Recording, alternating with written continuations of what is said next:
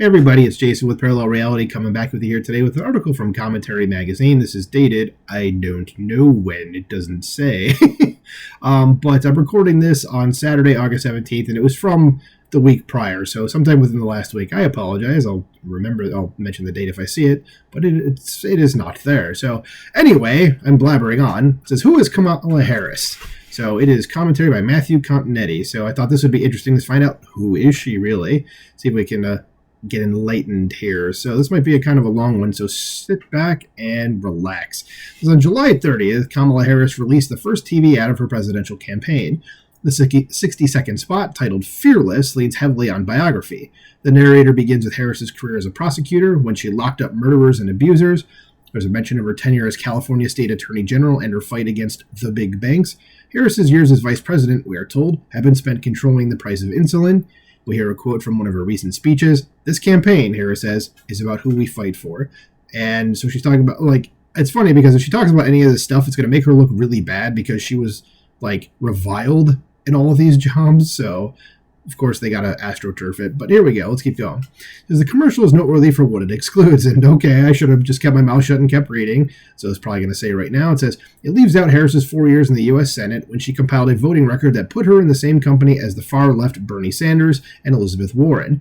The ad doesn't mention her calamitous run for president in 2020, and when she called for the abolition of private health insurance, the decriminalization of border crossings, and the passage of the economy-crushing Green New Deal, then dropped out 2 months before Iowa. That's because Tulsi Gabbard absolutely bodied the hell out of her, and go look that up if you don't know what I'm talking about. If you're hearing this for the first time, go see what Tulsi said to Kamala that basically ended her campaign right there. So thank you, Tulsi. See if maybe Tulsi can pop out and do it again. There's the name of the man for whom Harris had served as vice president also goes unuttered. Is that a word? Looks like it's. I've never seen that before. Unuttered. That's what I'm looking for. It looks like nuttered. That's what I keep saying there. So anyway, the name of the man for whom Harris has served as vice president also goes unuttered in the television spot, but that's understandable. At this writing, according to Real Clear Politics, President Biden has an average job approval rating of crap, or as we know it, 41%. It says Fearless, then, is a giant step in Kamala's ongoing redefinition. It's her 75th one. So they're trying to redefine her again. So, yeah, it's not going to work. There's a miraculous transformation from political liability to electoral juggernaut. As I write, it's 10 days since Joe Biden left the presidential race, and in that brief time, she has tried to change her positions, drop the baggage, and pretend that she's never met this Biden guy. It's clear that Harris wants to be perceived, in her latest guise, as a Democrat who is tough on crime. She's not. And a populist eager to take on Wall Street and Big Pharma. She won't. So she wants to go forward, not back, toward freedom, not fear, and blah, blah, blah. That's kind of about how I was going to start talking, to saying blah, blah, blah, blah, blah. So as the ad skims across a surface of generalities, Harris never says whom exactly she fights for. She never says what, concretely, she would do as president. Right. And that's why, at this point that I'm recording this, even the news media is she hasn't said anything about what she's going to do. And she came out, I believe it was from the time I'm recording this, yesterday or the day before, when she started or decided that she was going to do communist price controls on things, which are going to make things a lot worse. So that was her first real policy, and it's the worst thing imaginable. But anyway, let's keep going here. It says, but her actions provide clues. In her first week, Harris not only racked up endorsements and cash, she also made decisions that tell us more about her politics and her instincts than any slickly produced TV spot. Whether the subject is Israel or the Supreme Court, Harris is aligned with forces in the Democratic Party pushing a left-wing agenda. I don't know. I don't know why that sentence comes across to me well, of course they're putting a left-wing agenda. It'd be weird if they were pushing a right-wing agenda. But I'm sure the author means far left, communist. Because I was a Democratic Party is pushing a left-wing agenda. Of course they are. If it was a Republican Party, it would say right-wing agenda. But, okay, that sentence just stuck out as kind of weird for me. It says, like Biden, she masked radical change behind a genial, moderate smile. Unlike Biden, she has no discernible physical or mental infirmities and can read a teleprompter without struggle. That makes her more competitive with Donald Trump and more dangerous.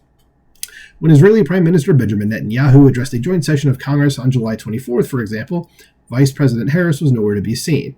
She and roughly half of the Democrats serving in Congress skipped Netanyahu's speech in protest or in fear of the consequences of associating with Israel amid rising anti-Semitism in their party. Harris chose instead to visit Indianapolis, where she addressed the Grand Boule of Zeta Phi Beta, a historically black sorority. I don't know, is that how you pronounce that? Is Boule? I've never seen that before, or called a Grand Boule. All right. Says, while there, she praised Joe Biden and called him, presumably with a straight face, a leader with bold vision. Can we knock this off about Joe Biden? Everybody calling him like Nancy Pelosi saying he should be on Mount Rushmore, and people saying he's great. He's not under like any possible measure you guys are saying, even like halfway decent. Like if he was a kid and we were grading his presidency on like, you know, A, B, C, D, F, like there's no way he does anything but fail. So can we knock that shit off, please? So she cast the Heritage Foundation's Project 2025 as extreme. Above all, she basked in the adoration of the crowd. So let us continue to fight with optimism, with faith, and with hope, Harris said, because when we fight, we win. So I'm going to just astroturf my own stuff and not tell you what I'm really about. So it says, if she only had the same attitude toward Israel's fight against Hamas, Hezbollah, and the terror masters in Tehran. The next afternoon in Washington, Harris greeted Netanyahu by saying, like a teacher to an unruly student, we have a lot to talk about. Because that's what she's condescending as hell. Like, just go listen to, like, when she was interrupted a few weeks ago by some pro-Palestine idiots, you know, when she was like, excuse me, I'm speaking, this sort of thing. And also it's kind of like how in her vice presidential debate with Mike Pence that she got, in my opinion, bodied over, she was also doing that to Mike Pence, which is like, excuse me. You know, so yeah, she doesn't seem like a very nice human being. And you can also tell by the, 92% staff turnover that I saw in her office, that doesn't seem like she's a very good person to work for. So it says, when the talk was over, Harris appeared alone before the cameras. It says, Israel has a right to defend itself, she said, and how it does so matters. The formulation was odd. Israel's right to self-defense should be self-evident. That is correct. And the second half of the sentence implies that Israel's response to the October 7th, 2023 atrocities has not met her unspecified standard. Frankly, I don't care what her standards are. Israel has the right to defend itself, period, end of story. Let's move on. So still, Harris said she supported Israel. I'm going to doubt that she does, but okay. So she read aloud the names of the 5 Americans that Hamas holds captive. That was good. Yes, that is good. Does the rest of her remarks? Not so much. She suggested that Netanyahu, not Hamas, is responsible for the devastation in Gaza, and she adopted the pro-Hamas framing as of massive, indiscriminate civilian casualties and not widespread food insecurity, and none of that is actually happening. So she suggested that Netanyahu, not Hamas, is the real obstacle to a hostage deal and proclaimed that the war in Gaza is not a binary issue. No, everything that's happened is on Hamas, and everything that happened in Gaza, sorry, your fault. You started the fight. It's on you. In fact, there is no more binary issue in the world today than a democratic nation retaliating against a genocidal terrorist organization that does this word here that I can't repeat on YouTube, and murders innocents, hides behind hospitals and schools, and burrows underground. Harris's reluctance to adopt the moral clarity of her Democratic colleagues, Senator John Fetterman and Representative Richie Torres, and her pathetic, I would say pathetic, but I've never seen pathetic. What is that word? I've never seen. God, we are seeing a lot of words today that I'm just like, what is that? Okay, and I'll just say it has this here, and her pathetic equivalents of anti-Semitism, Islamophobia, and hate of any kind, ought seriously to disturb supporters of Israel and of America. Yeah, I don't know why these two are always put in the same thing. Like, where is all this Islamophobia that they seem to say is everywhere? Like, where is it? Like, quite literally, where is it? Someone point me to it. I'm sure it exists somewhere, but I don't see it.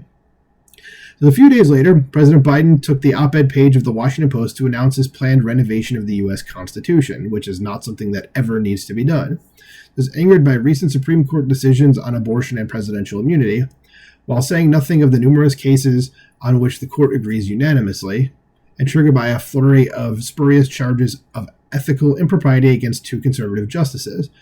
Biden proposed several drastic countermeasures. He unveiled a "no one is above the law" amendment to the Constitution, which would overrule the court's decision in Trump v. United States and make clear there is no immunity for crimes a former president committed while in office. It says details to follow. Yeah, Joe Biden, you might want to think twice about that one, because that's a law that could come back to haunt your ass in a heartbeat.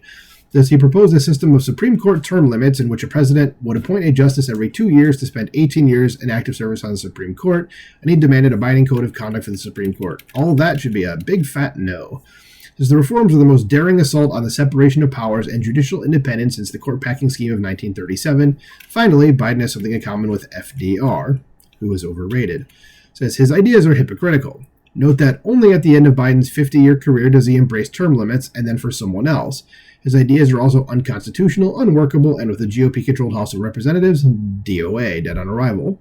Since Biden's core proposal isn't high-minded or considered realistic or connected to the rule of law, it's a payoff to the left wing of his party, correct, and it's a bid to mobilize a Democratic base this November. And again, like the author said, it's completely unconstitutional and unworkable. So says Vice President Harris signed on immediately. Of course she did. Says the Biden scheme, she said in a statement, would restore confidence in the court, strengthen our democracy, and ensure no one is above the law. And she's only doing this because she just wants control. She's an authoritarian. And go look at some of her other stuff that she said. Excuse me. Like where she said she wants to basically, the price controls. She says with the signing with a signature with her pen, she could just basically ruin someone's life. Like, this is a woman that should not be anywhere near the levers of power that she has right now. So continuing with the article, says, on the contrary, Biden's refurbished court would be more politicized than before, correct, more partisan, correct, and more riven by accusations of corruption. And Biden's fantasy immunity amendment would make it more likely that former presidents would face bankruptcy or jail for contentious decisions made in the crucible of high office.